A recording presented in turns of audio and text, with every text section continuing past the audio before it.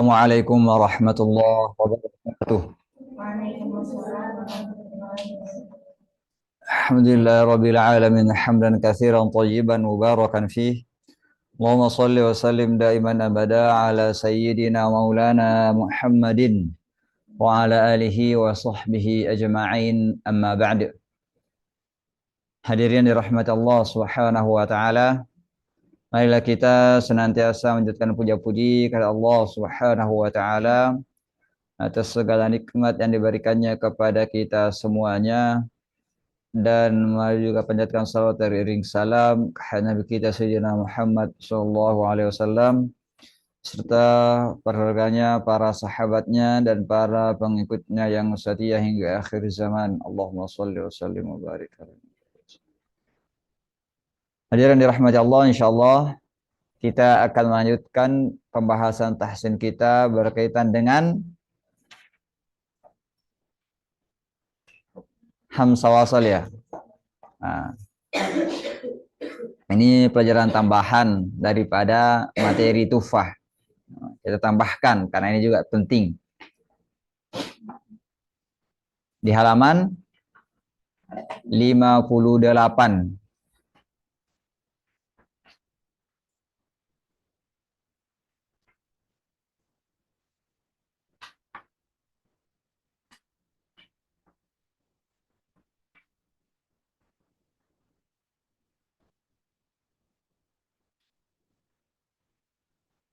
Sudah.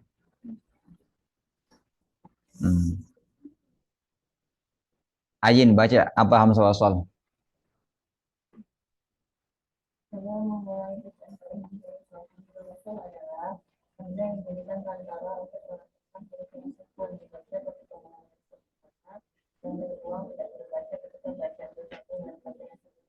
Nah, berarti di sini hamzah wasal merupakan perantara untuk melafalkan apa?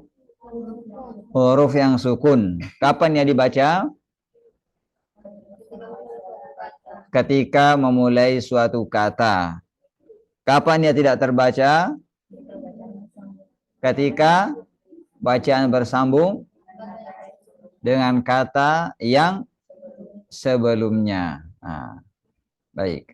Hamzah wasal ini berada pada apa? Fi'il, isim, dan huruf. Ya. Kalau dalam cetakan mushaf Timur Tengah seperti Mesir, Mekah, Madinah, maka hamzah wasal ini memiliki tanda. Apa itu?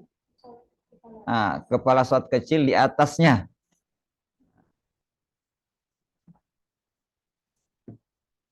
Tahu nggak kepala shad kecil? Udah dijelasin? Ini apa? Nah, itu begitu. Nah, itu namanya kepala shad kecil. Itu adalah hamzah wasal kalau ada tandanya kayak gitu. Nah, tapi dalam cetakan Indonesia nggak memiliki tanda. Nah, biasanya langsung ada harakatnya. Kalau dia di awal. Nah, kemudian apalagi hamzah wasal ini kita bisa mulai dengan dhamma, kita bisa mulai dengan fathah, kita bisa mulai dengan kasrah, dengan syarat ketentuan yang berlaku yang akan kita jelaskan nanti. Kapan ia hanya dhamma saja, kapan ia kasrah saja, dan kapan ia fathah saja. Nah, sekarang yang pertama hamzah wasal pada fi'il. Apa artinya fi'il? Nah, kata kerja.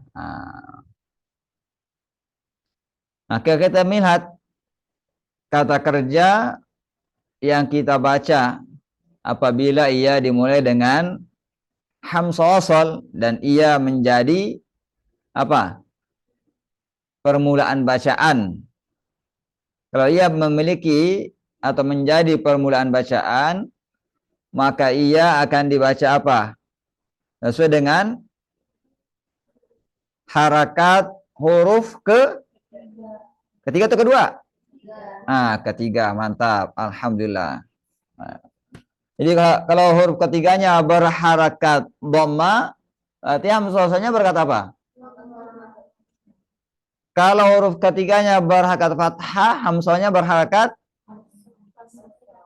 yakin. Iya. Kalau huruf ketiganya berharakat kasrah, hamzahnya dibaca. Nah, jadi kalau apa namanya? Kalau fiil mudah ya. Nah, melihat huruf ketiga saja. Kalau huruf ketiganya berharakat fathah atau kasrah, maka hamzahnya berharakat kasrah. Kalau huruf ketiganya berharakat dhamma, berarti hamzah berharakat dhamma. Nah, sekarang kita lihat contohnya. Ya abati istajirhu. Nah, bagaimana kita memulai setelah kata ya abati? Tanya, nah, gimana? Kenapa istajirhu? Nah, karena huruf ketiganya berharakat fathah. Huruf apa yang berharakat fathah? Nah, huruf ta. Nah, baik. Saya tanya lagi ayin. Nah, wa idistasqa Musa liqaumihi. Ketika memulai setelah kata id, gimana bacaannya? Kenapa hamzahnya berkat kasrah? Karena huruf ketiga berkat. Ah, baik, alhamdulillah. Satu lagi, khairani. Barakallahu fiik. Saya hafalannya kemarin ya. Baik. Di sini innallaha astafa Adama. Gimana cara mulai setelah kata innallah? Kenapa? Ya, hamzahnya baca kasrah. Boleh dipahami semuanya kan? Baik.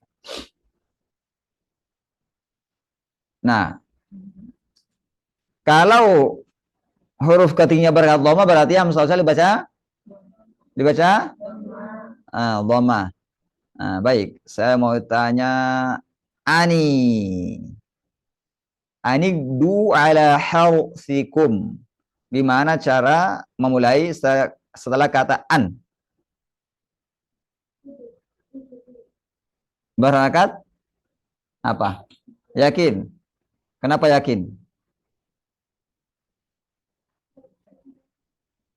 Huruf ketiga dari katanya berharakat dhamma. Baik. Tapi perlu diketahui apabila huruf ketiganya ini berharakat dhamma, tapi dhammanya bukan dhamma asli bangunan katanya. Ya, dhammanya adalah dhamma arid. Ya. Maka ia diberi harakat kasrah, dan ini ada 5 kata dalam Al-Quran. Apa itu? Kata itu, kata imsyu, kata imdu, kata iqdu, kata ibnu. Ya. Kemudian yang menjelaskan atau yang menentukan atau memberikan kita keterangan bahwa harakat dhamma daripada 5 kata yang kita sebutkan tadi itu bukan harakat asli daripada bangunan katanya adalah ketika kita membuatnya menjadi perintah yang berbentuk mufrad, maka ia berharakat kasrah. Imdu mufradnya apa? Imdi. Yaqdu mufradnya yaqdi. Ibnu mufradnya ibni. Imsyu mufradnya apa? Imshi. Itu mufradnya. Baik, boleh dipahami? Yang 5 katanya dihafal ya. Siapa tahu naik dalam ujian. Baik. Yang kedua, hamzah wasal pada isim. Hamzah wasal yang masuk pada isim atau kata benda selalu diberi harakat kasrah. Ingat. Jadi hamzah wasal ini baik ia kata benda atau kata sifat yang masuk pada isim ini. Baik itu ya isim qiyasi ataupun isim simai. Sebagaimana kita jelaskan berikut ini. Yang pertama, hamzah wasal pada isim qiyasi. Apa itu isim qiyasi?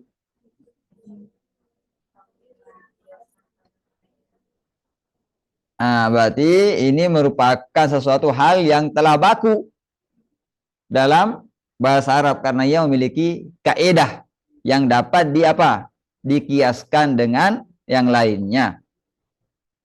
Nah, seperti apa? Masdar fi'il khumasi dan masdar fi'il sudasi. Ya. Maka musawwasah dibaca apa? Kasroh. Masdar fi'il khumasi adalah bangunan kata kerjanya terdiri daripada 5 huruf. Kalau fi'il sudasi berarti bangunan kata kerja terdiri daripada 6 huruf. Maka contohnya masdar khumasi, fi'ilnya iftara, kemudian apa? Masdarnya iftira'an. Berapa huruf masdarnya?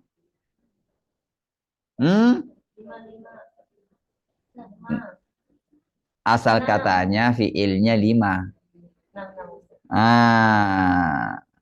Baik. Berarti apa contohnya? Wa harramu ma razaqahumullahu iftira'an 'ala Allah. Nah, kalau kita memulai setelah kata Allah gimana caranya? Iftira'an. Mantap. Nah, sekarang masdar sudasi. Sudasi ini apa tadi? Fi'ilnya terdiri dari berapa huruf? Kalau masdarnya di sini berapa? 7. Baik. Nah, coba baca Fatir ayat 43. Ya.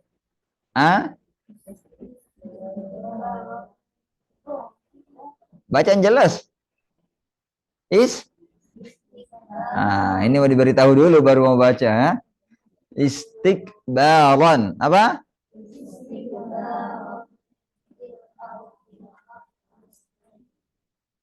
Baik. Ya. Yang kedua adalah isim simai. Apa artinya isim simai? Isim yang tidak dapat dikatakan melalui kiasi, akan tetapi diketahui melalui mendengarkan. Ya. Ada 7 di dalam Al-Quran. Apabila kita mulai pada kata ini, maka harus dibaca kasroh. Yakin kasroh? Yakin, mantap. Yang pertama kata isnan. Baik. Nah, sekarang perhatikan Al-Baqarah 36. Inna iddatash syuhuri indallahi 12 syahra. Kalau kita mulai setelah kata indallah, gimana cara bacanya? Baik. Nah, sekarang yang kedua kata isnatani. Nah, kalau yang mudhaf berarti nunnya hilang ya. Baik, baca surah Al-Baqarah ayat 60. Ustazah Siti.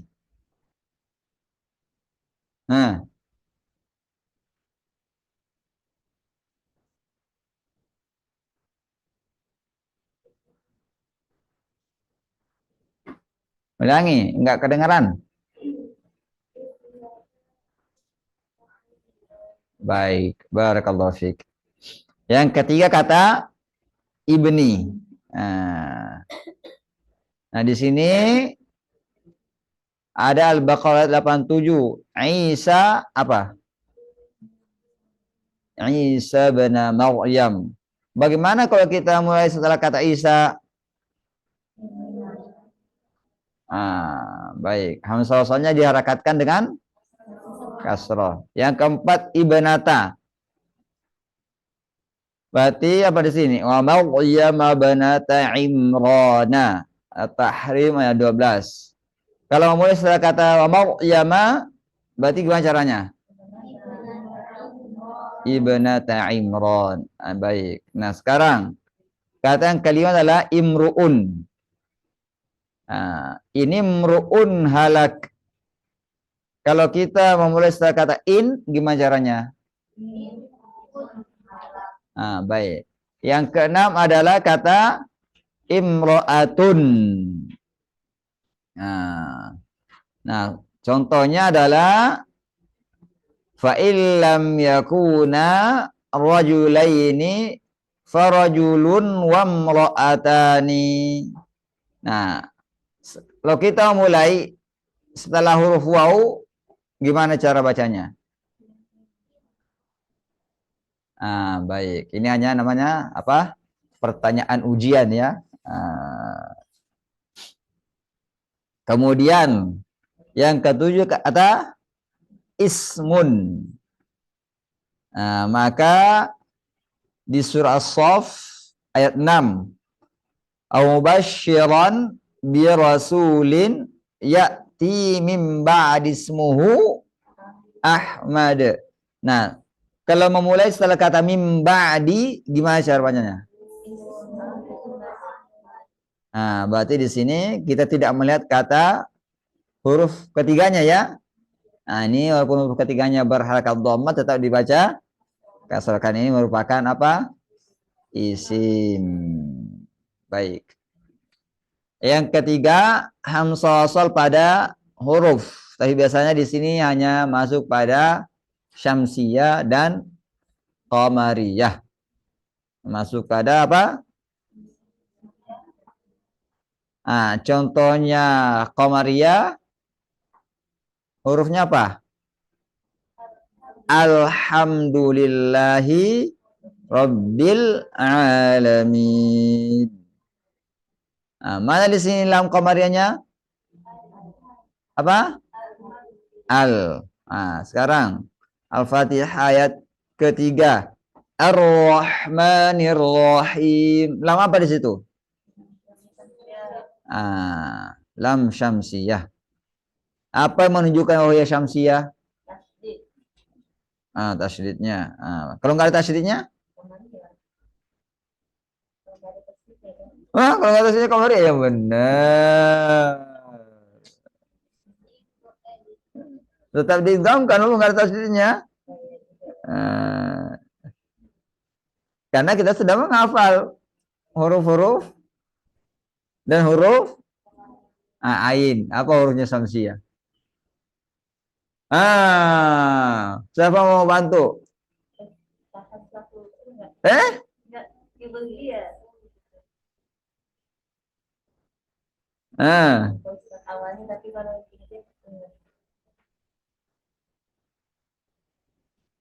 Apa yo? Siapa yang ingat?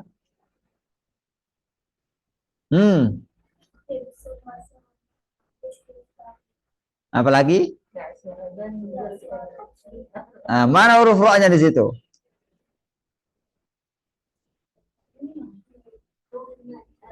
Rahman ya.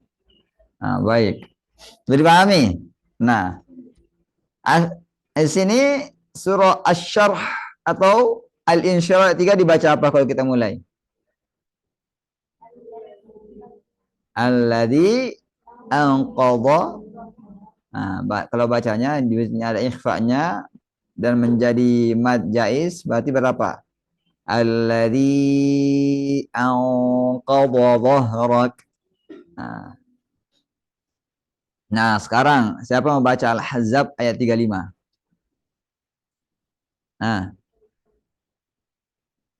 Yang biru siapa namanya? Putri, ayo baca.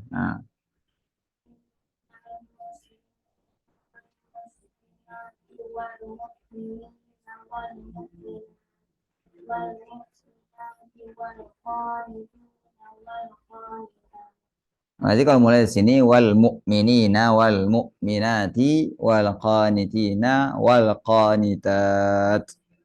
Nah, di sini kenapa hamzahnya nggak dibaca? Ada hamzahnya berapa hamzah di situ? Kenapa tidak dibaca? Siapa yang tahu alasannya? Lupa lagi, baru dijelaskan di awal tadi.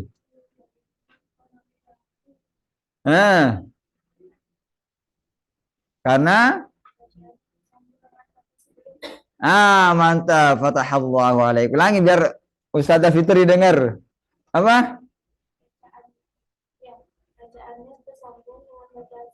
Nah, bacanya katanya bersambung dengan bacaan.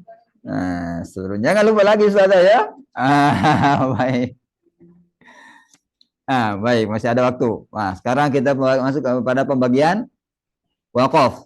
Nah, wakaf jaiz dan wakaf qabih. Wakaf jaiz terbagi menjadi tiga. Apa itu?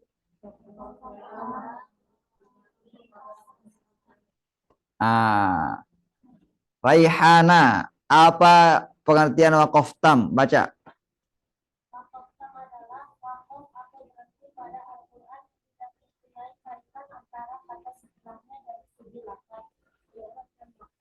Lafaz itu artinya i'rab dalam kurun penjelasannya.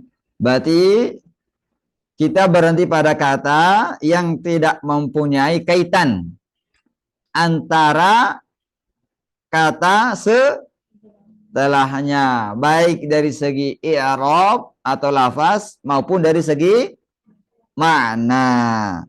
Nah, hal ini disebut dengan wakaf tadi, wakaf tam.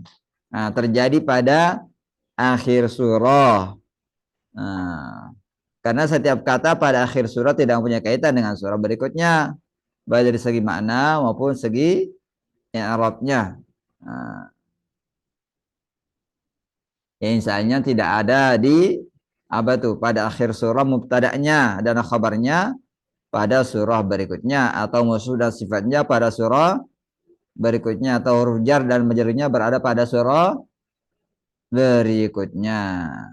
Kemudian ada juga yang terdapat pada pertengahan surah.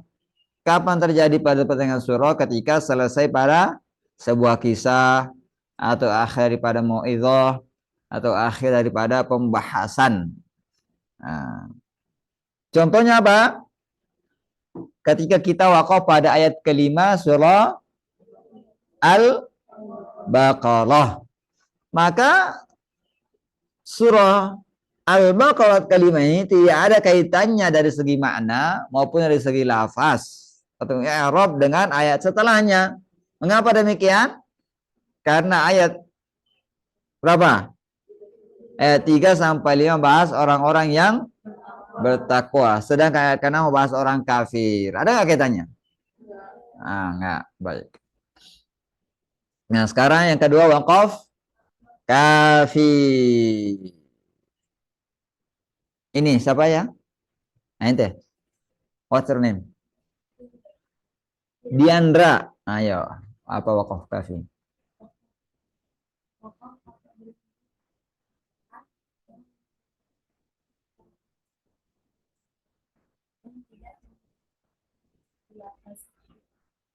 Berarti kita berhenti pada kata yang memiliki kaitan dengan kata setelahnya. Tapi katanya secara apa? Hmm? Secara makna. Bukan secara lafaz atau i'rabnya. Bagaimana hukumnya? Boleh kita berhenti padanya dan mulai kata setelahnya. Contohnya apa? Berhenti pada ayat 6 surah Al-Baqarah. Apa ya? Siapa mau baca? Nah, ini. What's your name? Zahrin. Ayo. Dari awal lah. Baca benar. Tajidnya juga benar. Hmm.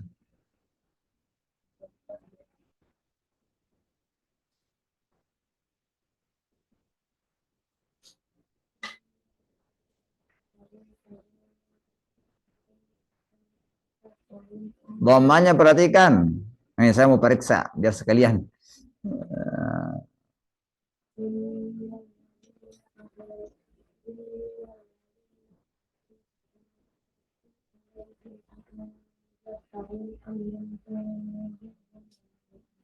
Nah, ini domanya nggak diperhatikan. Untung belum praktek ujian. Nah, kalau praktek ujian bacanya kayak gitu nggak saya lulusin. Saya mau baca yang benar. Perhatikan harkat-harkatnya. Nah, ayo, Ustazah Ika.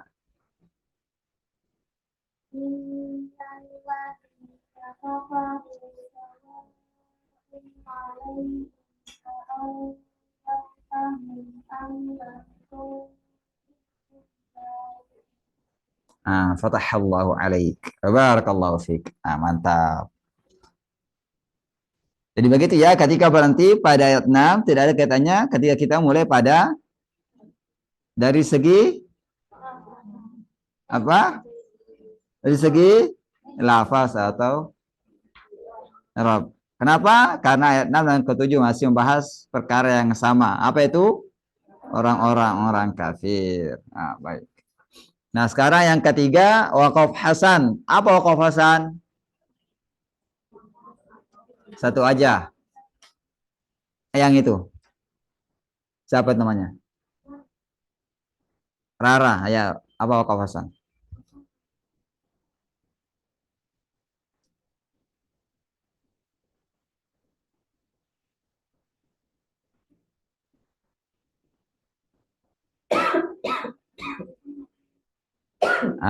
Berarti ini bedanya dengan yang kedua tadi. Kalau waqaf hasan, ya mesti kaitan dengan kata setelahnya, baik segi lafaz maupun makna. Tapi ketika kita berhenti padanya, yang memberikan kita apa? Pemaknaan yang baik. Contohnya misalnya, Alhamdulillahi Rabbil Alamin. Kita berhenti di kata Alhamdulillah. Bagus gak maknanya? Bagus. Segala puji bagi Allah. Nah,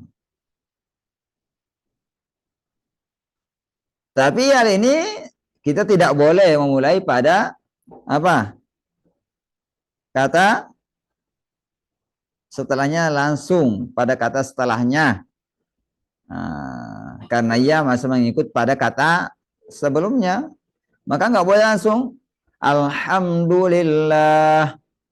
Kemudian Rabbil Alamin. Jadi harus ngulang lagi ya.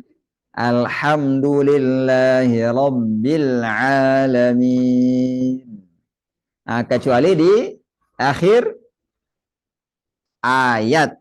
Maka kok boleh kita langsung memulai pada awal ayat setelahnya. Karena berada di awal ayat. Dan kata yang kita berhenti di akhir ayat. Contohnya apa? Surah Al-Baqarah ayat 219. Ustazah Fitri baca.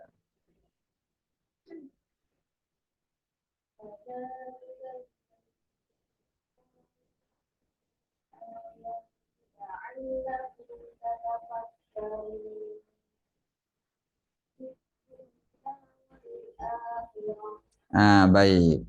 Di situ ya. Ketika berhenti pada la'allakum tatafakkarun, itu namanya berhenti di akhir ayat. Walaupun dia memiliki kaitan dengan kata setelahnya dari segi lafaz maupun makna. Tapi karena di akhir ayat, maka ketika kita berhenti, boleh-boleh saja. Tapi ayat ini lebih bagus kalau kita sambung dengan fid dunya wal akhirah. Lebih bagus kalau disambung. Ini hanya contoh boleh berhenti, tapi lebih bagus kalau disambung atau diwasalkan. Nah, berikutnya waqaf qabih. Sebelum kita pindah ke waqaf qabih, berarti kita ulangi, review. Waqaf tam artinya tidak memiliki kaitan dengan kata setelahnya baik segi lafaz maupun makna. Waqaf kafi artinya tidak memiliki kaitan dengan kata setelahnya dari segi, tapi memiliki kaitan dari segi atau apa? Lafaz. Nah, waqaf hasan apa? Memiliki kaitan dengan kata setelahnya dari segi dan makna. Sudah dipahami? Nah, sekarang kalau dipahami berarti nanti kalau ujian, tinggal sedetik langsung, terbayang ya jawabannya insya Allah. Nah, sekarang apa itu waqaf qabih? Siapa lagi? Ani.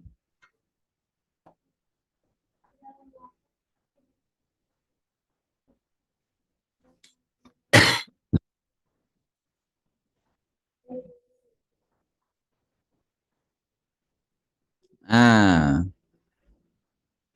ini sama pengertiannya dengan wakaf, tapi prakteknya berbeda. Nah, maka kalau wakaf tadi tidak boleh berhenti apa padanya karena yang memberikan makna salah atau rancu atau kacau atau tidak sempurna. Hukumnya apa? Hukumnya pembaca tidak boleh secara sengaja untuk berhenti padanya kecuali secara terpaksa. Apa secara terpaksa ini? Apa? Kehabisan nafas. Apalagi? Apalagi? Apalagi? Menguap. Kan selainnya kan? Menguap. Kalau ngantuk itu terkadang kita nggak menguap, tapi bacanya gitu. Sehingga kita tidak apa? Tidak, tidak konsen dengan apa yang kita baca. Baik. Nah, contohnya apa? Berhenti pada kata Robbi daripada ayat Alhamdulillahi Rabbil Alamin. Nah, kalau kita berhenti di kata Robbi, ia tidak memberikan makna yang sempurna, akan tapi memberikan makna yang keliru atau salah atau rancu karena masih menimbulkan pertanyaan. Contoh, Alhamdulillahi Rabb. Segala puji bagi Allah Tuhan. Tuhan apa maksudnya? Nah, menimbulkan pertanyaan. Dari segi bahasa ini tidak boleh karena ia masih mudhof. Lihat, dan harus dibaca mudhof ilainya. Mudhof ilainya apa di sini? Al-alamin. Maka mudhof ilaih harus dibaca utuh. Tidak boleh dipisah. Nah, kemudian di sini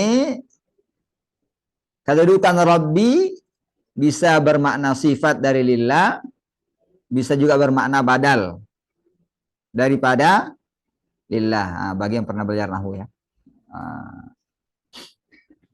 Kemudian apalagi contohnya? Waqaf qabih berhenti pada kata as-shalah di ayat An-Nisa ayat 43 surah An-Nisa. Ya ayyuhalladzina amanu la taqrabus salata wa antum sukara hatta ta'lamu ma taqulun. Kalau berhenti di ya ayyuhalladzina amanu la taqrabus salah. Bagus ya bacanya? Tidak. Salah. Kenapa salah? Menimbulkan makna yang rancu. Masa orang-orang beriman tidak?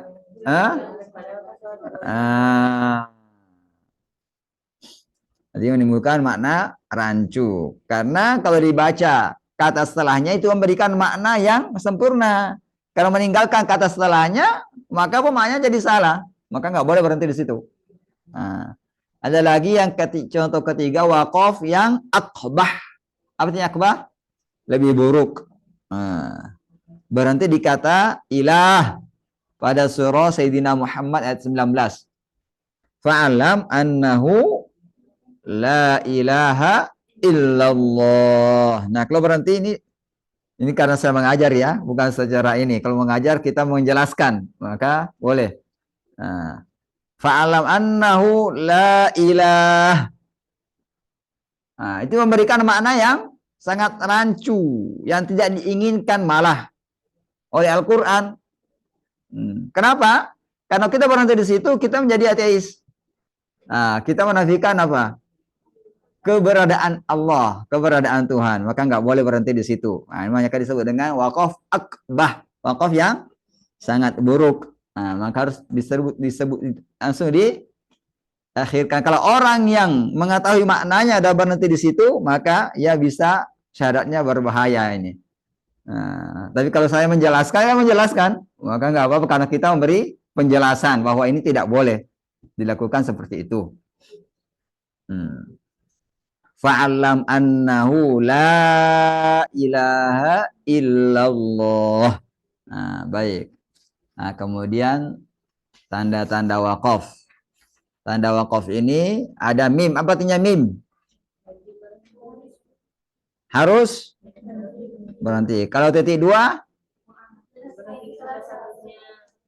berarti di salah satunya. Titik dua ini yang berdampingan itu, titik tiga yang berdampingan, dua, apa namanya? Wakaf, muraqabah atau wakaf, alam itu ta'anuk atau wakaf mu'anaqah. Yang kalau wakaf apa lam alif, boleh nggak berhenti? Tidak boleh berhenti. Contohnya apa? Kalau dalam riwayat Hafaz, Al-Fatihah ayat 7.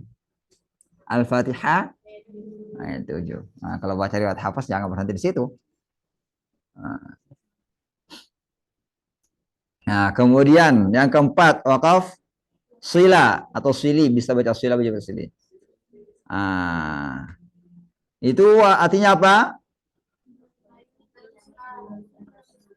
Boleh berhenti namun meneruskan bacaan lebih utama. Kebalikannya wakaf qila, ada yang baca qili.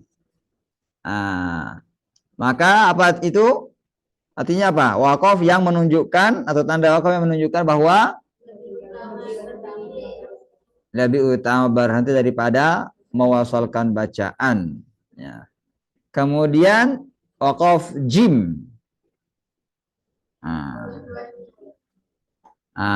Boleh dua-duanya, boleh melanjutkan, boleh juga berhenti. Ya. Kemudian kalau ain, biasanya ain ini apa? Berada di apa? Di akhir wakaf. Berada di akhir ayat. Menunjukkan apa itu ain? Karena menunjukkan kesempurnaan makna, kesempurnaan kisah atau mau'idhah. Boleh dipahami? Baik, pekan depan kita lanjut karena sudah melewati 30 menit. Ada yang bertanyakan?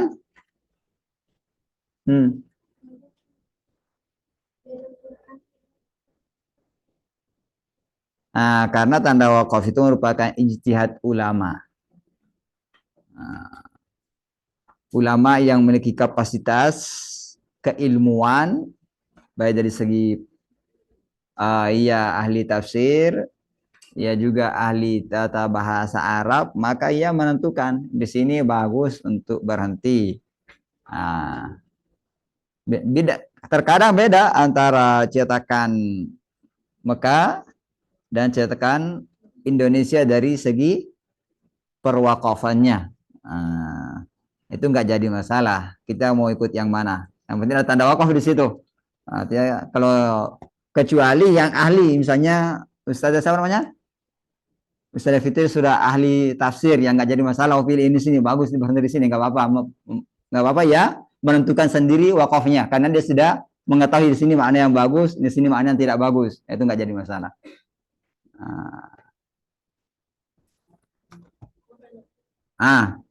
Kan kadang kalau di Al-Quran Indonesia itu kan yang dalam itu menurut tahu saya itu kayak artinya tuh bisa nih berhenti, tapi kan kalau dari pengertian itu kan nggak boleh berhenti.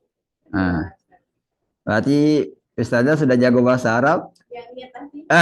Baik, berarti ikut aja berarti. Kalau yang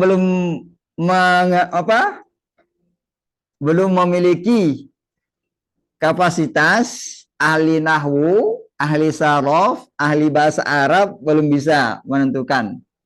Minimal kalau ingin menentukan, mengetahui makna-makna bahasa Arab dan bisa nahwu, bisa digipus sarafnya. Itu minimalnya. Kalau nggak bisa, berarti ikuti aja tanda di situ. Apa lagi?